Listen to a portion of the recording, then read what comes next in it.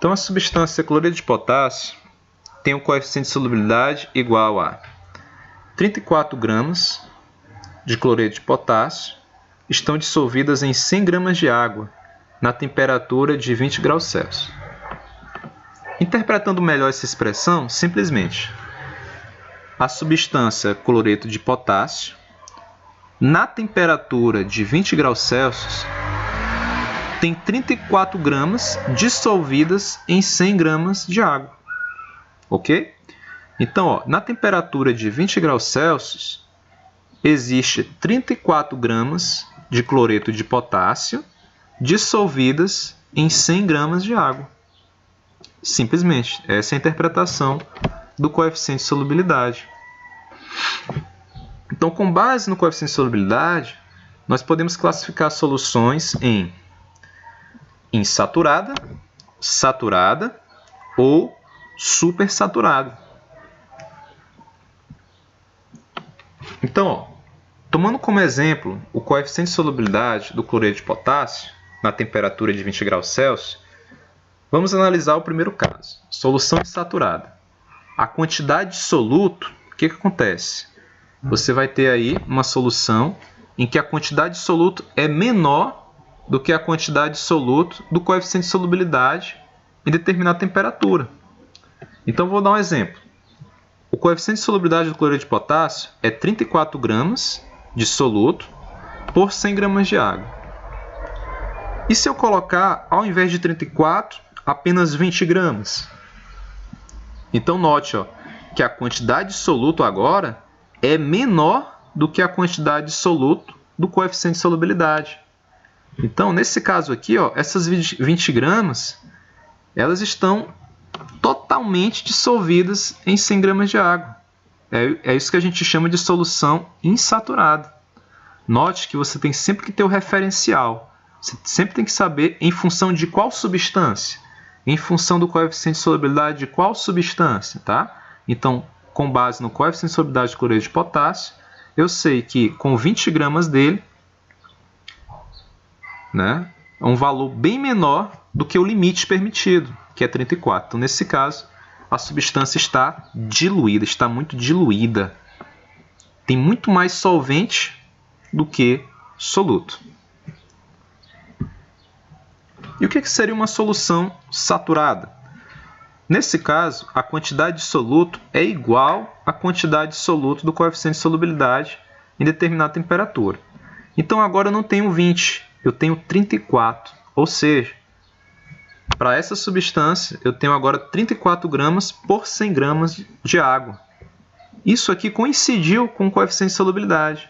Então, essa é a quantidade máxima de soluto que pode ser dissolvida totalmente em 100 gramas de água. Vamos supor que em vez de 34, eu colocasse 36 gramas. Aí, no caso, vai ter o quê? Um excesso de 2 gramas. Essas 2 gramas vão formar o precipitado, que é o corpo de fundo. Não vão conseguir se dissolver. Então, existe uma quantidade de soluto limite. Essa quantidade limite, essa quantidade máxima, é o que a gente chama de coeficiente de solubilidade. E a solução vai ser saturada quando ela alcançar esse valor, que coincide com o coeficiente de solubilidade. Ok? E o que seria uma solução supersaturada? A quantidade de soluto é maior que a quantidade de soluto do coeficiente de solubilidade, sem que haja a formação de precipitado. Interessante, né, alunos? A gente acabou de ver que na solução saturada, se aumentar esse valor, vai ter formação de precipitado. E na solução supersaturada, ele ultrapassa o valor do coeficiente de solubilidade e não a formação de precipitado. Como assim? Nesse caso, é uma particularidade. Tá? Como que acontece a solução supersaturada? Então, você tem lá, tendo como base a substância KCl, o coeficiente 34 gramas por 100 gramas. Caso você aumente aí o soluto para 38 gramas, o que vai acontecer? Você faz esse aumento aí do soluto, só que em conjunto, você vai aumentar a temperatura. Essa substância, o cloreto de potássio, ele sofre uma dissolução do tipo endotérmica. ou seja, ela é favorecida pelo aumento de temperatura. Então, ó, você pega esse estado aqui, 38 gramas do soluto por 100 gramas de água, e você aumenta a temperatura. Quando você aumenta a temperatura, você vai aumentar a solubilidade dele em água. Depois disso, você vai pegar esse sistema que estava em aquecimento e vai tirá-lo da fonte de calor, deixando em repouso, para que haja um resfriamento. À medida que a temperatura vai baixando, até chegar novamente em 20 graus Celsius, você vai observar que não vai ter formação de precipitado. Então, esse é um caso de solução supersaturada. Então, a solução supersaturada sempre vai ter essa questão. Você vai ter que ter um aquecimento seguido de um resfriamento, no caso dessa substância, por exemplo. E não vai haver formação de precipitado. Nesse caso aqui, esse estado é um estado instável.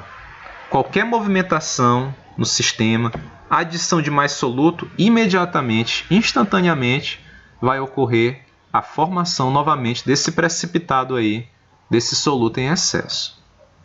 Ok, alunos? Então, espero que vocês tenham entendido esses 3 tipos de solução e a relação delas com o coeficiente de solubilidade. Desejo desde já bons estudos, ânimo e força. Até mais, alunos. Obrigado.